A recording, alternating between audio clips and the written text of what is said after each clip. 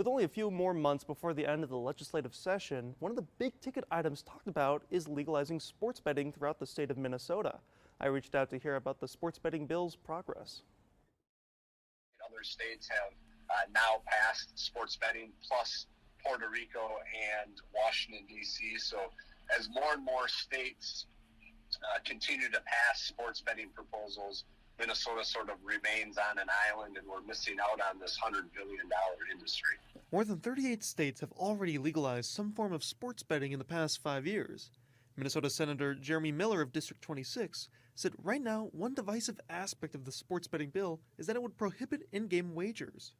So based on the latest estimate and the latest proposal that's moving through the legislature, once we remove that in-game betting portion, it would probably generate about $60 to $80 million per year for the state of Minnesota once that's fully implemented. The sheer amount of potential revenue also plays a role outside of the Minnesota Legislature because it involves several stakeholders, like for example the Minnesota Indian Gaming Association.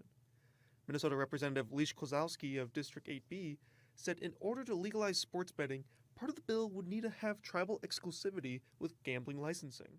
I just talked to the bill author yesterday. He said, I think it's 50-50, Leash, that we could thread the needle between making sure that we have the most rigorous protections, that we have a safe, competitive marketplace, and that we also ensure that we're able to lock in that tribal exclusivity. You know, we want to make sure that we have that tax and that market structure, and that we have a robust and competitive marketplace, right? And all of these things can be done with this bill, but it's going to take some more work to make sure that we land the plane before the end of session. Another issue of sports betting legalization is the matter of addiction. Jeremy Kudon, the president of Sports Betting Alliance, said if sports betting became a legal, regulated market in Minnesota, it would get rid of dangerous black market betting practices and help people who are addicted. We can't put our heads in the sand and deny that this already exists and that there aren't people who are already hurting.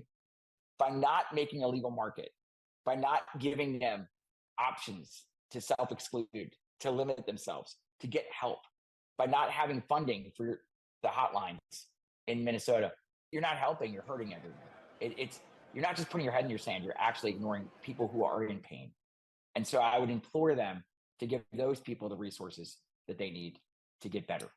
For WDIO News, I'm William Lean. Both Senator Miller and Representative Kozlowski said residents should reach out to their local representatives to have their voices be heard on whether or not sports betting should be legalized in Minnesota.